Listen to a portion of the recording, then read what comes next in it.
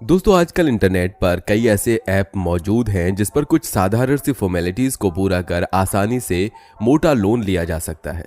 लेकिन यही online loan आगे चलकर कितनी बड़ी मुसीबत खड़ी कर सकता है, इसका जीता जागता उदाहरण सामने आया है भोपाल मध्य प्रदेश से, जहां ऑनलाइन लोन की वजह से एक पूरे परिवार की जिंदगी खत्म हो गई। पति पत्नी और 2 प्यारे से बच्चे, हंसता खेलता एक परिवार जिसने 4 महीने पहले ये कल्पना भी नहीं की होगी कि कुछ टाइम बाद उनकी जिंदगी इस मोड़ पर आ जाएगी कि उन्हें सुसाइड करना पड़ेगा, और वो भी एक ऐप की वजह से। एक ऐसा लोन ऐप जिसने इस परिवार को ही खत्म कर दिया। भोपाल के रहने वाले भूपेंद्र विश्वकर्मा ने पहले अपने 2 मासूम बच्चों को जहर खिलाया और फिर पति पत्नी दोनों ने फांसी लगाकर अपनी जिंदगी खत्म कर ली। मरने से पहले भूपेंद्र ने एक 4 पन्नों का सुसाइड नोट लिखा। इस सुसाइड नोट से ही सामने आया कि इस लोन ऐप का खतरनाक जाल। तो चलिए आपको भी रूबरू कराते हैं कि कैसे ये लोग भोले भाले लोगों को चूना लगाते हैं ताकि आप भी इनका शिकार होने से बच सकें। दोस्तों जितनी तेजी से दुनिया आधुनिक हुई है, अपराध और अपराधियों ने भी उतनी ही तेजी से आधुनिकता को अपनाया है। आज हर इंसान के हाथ में मोबाइल फोन और इंटरनेट की सुविधा है। वो एक क्लिक से कुछ भी कर सकता है, लेकिन यही सुविधा कब उसे बड़ा चूना लगवा दे कुछ कहा नहीं जा सकता। हाल ही में अपने लोन देने वाले तमाम तरह के ऐप के बारे में खूब सुना होगा। इसके साथ ही इनके फ्रॉड के बारे में भी सुना होगा। साइबर पुलिस के तमाम दावों के बावजूद मध्य प्रदेश में लोन ऐप से जालसाजी करने वाले अपने पांव लगातार जमाते जा रहे हैं। तो वहीं दूसरी तरफ इनके द्वारा की गई ठगी का शिकार हुए लोग तंग आकर अपने हंसते खेलते परिवार की जीवन लीला समाप्त कर रहे हैं। और ऐसा ही किया भोपाल के रहने वाले भूपेंद्र ने। कुछ महीने पहले यानी अप्रैल में भूपेंद्र के फोन पर एक व्हाट्सएप मैसेज आया। इस मैसेज में उसे ऑनलाइन काम करने का ऑफर दिया गया। इसके बाद यही मैसेज दोबारा उसके पास टेलीग्राम ऐप पर भी आया। भूपेंद्र को लगा कि अगर नौकरी के साथ साथ वो ऑनलाइन भी कुछ काम कर ले तो वो उसके परिवार के लिए अच्छा रहेगा।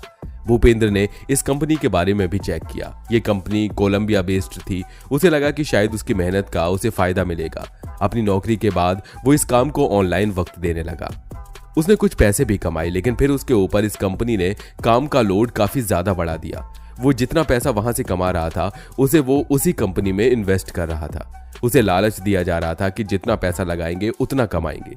वो धीरे धीरे इस दलदल में फंसता चला गया। दिन बीतते, महीने बीतते गए, कमाई तो कुछ नहीं हुई, उल्टा उसके घर का पैसा भी उसने इसी कंपनी में लगा दिया। अब भूपेंद्र पूरी तरह से कंगाल हो चुका था, लेकिन इस कंपनी का असली खेल अब शुरू हुआ था। इसके बाद इस कंपनी ने भूपेंद्र को लोन ऑफर किया।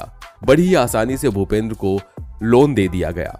कंपनी ने इस तरह का जाल फैलाया कि लोन का पैसा भी भूपेंद्र ने इसी कंपनी में इन्वेस्ट कर दिया। 3 महीने में इस शख्स पर भारी मात्रा में लोन चढ़ चुका था। कहां तो भूपेंद्र ने ऑनलाइन के जरिए पैसा कमाने का सपना देखा था, कहां वो कर्ज के बोझ में दब चुका था। पहले तो भूपेंद्र की पत्नी को कुछ भी पता नहीं था, लेकिन जब पता चला तो तब तक काफी देर हो चुकी थी। भूपेंद्र इस कंपनी के जाल में पूरी तरह से फंस चुका था। अब इस कंपनी की तरफ से उसे धमकी भरे फोन आने लगे थे। उसे पैसों के लिए ब्लैकमेल किया जा रहा था। यहां तक कि उसके रिश्तेदारों तक उसकी अश्लील तस्वीरें भेजने की धमकी भी उसे दे दी गई थी। इसके बाद भी भूपेंद्र ने हिम्मत नहीं हारी। उसने साइबर क्राइम ऑफिस में जाकर इस मामले की शिकायत दर्ज करवाने की सोची, लेकिन बदकिस्मती से वहां पर अधिकारी न होने की वजह से वो रिपोर्ट दर्ज नहीं हो पाई। बस इसके बाद भूपेंद्र पूरी तरह से टूट चुका था। उसने अपने और अपने परिवार की जिंदगी को खत्म कर लिया। भूपेंद्र ने अपने सुसाइड नोट में इस बात का भी जिक्र किया है कि जब वो ऑनलाइन जॉब के दौरान इस दलदल में फंसा तो मेरी पत्नी पूछती थी कि कोई गलत काम तो नहीं कर रहे हो। मैं कहता था कि नहीं, कोई गलत काम नहीं कर रहा हूँ। पुलिस सुसाइड नोट के इन बिंदुओं को बहुत गंभीरता से ले रही है। अधिकारियों को इस बात से यह भी आशंका हो गई है कि कहीं भूपेंद्र ऑनलाइन गेमिंग के चक्कर में तो नहीं पड़ा था, उसी की वजह से पैसा हारता गया हो। बता दें कि परिवार ने सुसाइड करने से पहले ग्रुप फोटो भी लिया था। आत्महत्या करने से पहले रिश्तेदारों और परिजनों को व्हाट्सएप और अन्य सोशल मीडिया ग्रुप्स पर सुसाइड नोट भेजा था। भूपेंद्र ने सुसाइड नोट में परिवार से माफी मांगते हुए लिखा है कि हमारी आखिरी इच्छा है कि सामूहिक दाह संस्कार करें, हमारा कोई पोस्टमार्टम न किया जाए ताकि हम चारों साथ में रहें। लोन ऐप की वसूली से परेशान होकर जान देने का यह मामला पहला नहीं है। इससे पहले भी लोन ऐप ने कई लोगों की जान ली है। पिछले साल मध्य प्रदेश के इंदौर जिले में लोन ऐप की ब्लैकमेलिंग की वजह से पूरे परिवार ने आत्महत्या कर ली थी। मृतकों में पति पत्नी सहित 2 मासूम बच्चे भी शामिल थे। बेंगलुरु के एक बैंक कर्मचारी ने भी इन लोन ऐप की ब्लैकमेलिंग से परेशान होकर सुसाइड की थी। दर्जनों लोगों ने इन ऐप कंपनियों के जाल में फंसकर अपनी जान गंवाई है। दोस्तों ये एक बेहद खतरनाक जाल है जिसे जानबूझकर बुना जाता है। पहले ये ऑनलाइन टास्क देते हैं, फिर उस टास्क को पूरा करने के लिए लोन देते हैं। उस लोन के पैसे को भी ये उसी कंपनी में इन्वेस्ट करवा देते हैं। बाद में इंटरेस्ट के नाम पर लोन की राशि बढ़ाते जाते हैं और फिर शुरू होता है धमकियों का दौर। इसके बाद मोबाइल के सारे लिंक पहुंच जाते हैं और ये लोग पर्सनल डेटा, पिक्चर वायरल करने की धमकियां देते हैं। लोन की ये जालसाजी का दायरा बहुत तेजी से बढ़ रहा है। लोन फर्जीवाड़ा करने वाले लोन देते नहीं, उल्टा आपसे ही ले लेते हैं। ये सब इसलिए हो रहा है क्योंकि जालसाजों के चंगुल में लोग आसानी से फंस रहे हैं। आजकल मोबाइल सर्वसुलभ है, इसलिए फ्रॉड का जंजाल और भी बढ़ गया है। मोबाइल के प्ले स्टोर में अनगिनत ऐप भरे पड़े हैं जो आपको सस्ते में लोन देने का दावा करते हैं। यहीं से लोभ लालच का दौर शुरू होता है। ये फ्रॉड नया है जिसके चलते हर आदमी इससे बचने की तरकीब नहीं जानता। जो लोग इन उपायों से अनजान हैं उनके फंसने की गुंजाइश अधिक होती है। हम आपको बताते हैं कि लोन के नाम पर मोबाइल ऐप से कैसे फ्रॉड हो रहा है और उससे बचने के क्या उपाय हैं। सबसे पहले यह जानना जरूरी है कि पढ़े लिखे लोग भी लोन के नाम पर ठगी के जाल में कैसे फंस जाते हैं। जानकार बताते हैं कि ये पूरी जालसाजी मोबाइल ऐप के सहारे चल रही है। मोबाइल ऐप से पर्सनल लोन देने का झांसा दिया जाता है। एक आंकड़े के मुताबिक भारत में लगभग 600 ऐप चल रहे हैं जो लोन के नाम पर ठगी में शामिल हैं। इसमें मोबाइल पर मैसेज आता है जिसमें एक लिंक होता है। लिंक पर क्लिक करते ही खतरे की घंटी बज जाती है। इस लिंक का मैसेज आपको फोन पर, व्हाट्सएप पर या सोशल मीडिया पर आ सकता है। मैसेज में लिखा होता है कि नीचे दिए गए लिंक पर क्लिक करें और सेकंड में पर्सनल लोन पाएं। बस यहीं से सारी गड़बड़ शुरू होती है। लगभग यही तरीका लोन के हर फर्जीवाड़े में अपनाया जाता है। इससे बचने का यही उपाय है कि सतर्क रहें और लोभ लालच में पड़कर अपनी कोई जानकारी शेयर न करें। हमेशा मानकर चलें कि कोई भी बैंक किसी एक मैसेज या लिंक के सहारे आपसे लोन की रिकवरी नहीं करेगा।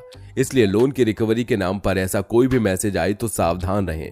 बैंक मैसेज भेजने से पहले मेल भेजता है। उस बैंक का रिकवरी एजेंट आपको फोन करता है। ऐसा कभी नहीं होता कि किसी एक मैसेज की मदद से बैंक आपसे लोन की रिकवरी चाहेगा। अगर ऐसा कोई भी मैसेज आए तो सावधान हो जाएं, क्योंकि बैंक इस तरह का कोई आदेश जारी नहीं करता। ना ही वो ग्राहकों से मैसेज भेजकर ऐप डाउनलोड करने के लिए कहता है। किसी भी लिंक पर फट से क्लिक न करें और कोई भी फालतू ऐप डाउनलोड न करें। ऐप डाउनलोड करने से कई तरह की जानकारी का एक्सेस सामने वाले के पास चला जाता है। इस आधार पर आपके साथ फर्जीवाड़ा हो सकता है। सबसे जरूरी बात दोस्तों, बिना डॉक्यूमेंट के लोन देने वाले ऐप आपके स्मार्टफोन का एक्सेस प्राप्त करते हैं। ऐसे में ये ऐप काफी ज्यादा खतरनाक हो जाते हैं। इस तरह के किसी भी ऐप से लोन लेने से बचें। इंस्टेंट लोन के लालच में ना आए और इन ऐप के इस्तेमाल से भी बचें। ये ऐप आपकी पर्सनल जानकारी के साथ बैंकिंग डिटेल भी चुरा सकते हैं और आप स्कैम के शिकार हो सकते हैं। किसी भी लोन मोबाइल एप्लीकेशन को कभी भी थर्ड पार्टी वेबसाइट या ऐप से डाउनलोड न करें। यह फर्जी ऐप और फ्रॉड का पहला सिग्नल है। बिना किसी शर्त के फटाफट लोन देने वाली इन कंपनियों पर भरोसा न करें। ऐसे किसी भी ऐप को डाउनलोड करने और उसे फोन में इंस्टॉल करने से पहले उस ऐप की विश्वसनीयता की जांच जरूर कर लें। इन ऐप को इस्तेमाल करने से पहले ऐप स्टोर पर इनके सुरक्षा संबंधी सभी पैरामीटर को ध्यान से पढ़ें और इन ऐप को स्टोरेज, गैलरी और कॉन्टैक्ट को एक्सेस करने की अनुमति कभी न दें। आपको ऐप स्टोर पर मौजूद यूजर रिव्यू भी ध्यान से पढ़ने चाहिए। इन ऐप पर अपने डॉक्यूमेंट्स और निजी जानकारी देने से बचें, क्योंकि इसका गलत इस्तेमाल किया जा सकता है। साथ ही अपनी बैंक संबंधी जानकारी जैसे बैंक अकाउंट, एटीएम और यूपीआई की जानकारी को भी शेयर करने से बचें। ऑनलाइन फ्रॉड के कई मामले हर दिन खबरों की सुर्खियों में रहते हैं। जितना हो सके इससे बचने की कोशिश करें। अगर आप गलती से कभी किसी तरह के ऑनलाइन फ्रॉड का शिकार हो जाते हैं तो घबराने के बजाय तुरंत इसकी शिकायत दर्ज कराएं। इसके लिए आपको थाने जाने की भी जरूरत नहीं है। आप घर बैठे ही 1930 नंबर पर डायल कर अपनी शिकायत दर्ज करा सकते हैं। मगर आपसे एक सवाल, क्या भूपेंद्र विश्वकर्मा द्वारा उठाया गया वो कदम इस समस्या से बचने का एकमात्र उपाय था? इस पूरे मामले को लेकर आपकी क्या राय है? कमेंट सेक्शन में हमें जरूर बताइएगा। वीडियो को लाइक और फैमिली फ्रेंड्स को शेयर करना बिल्कुल मत भूलिए। साथ ही चैनल को सब्सक्राइब करके बेल आइकन को प्रेस जरूर करें ताकि हमारी हर वीडियो का नोटिफिकेशन आपको मिल जाए।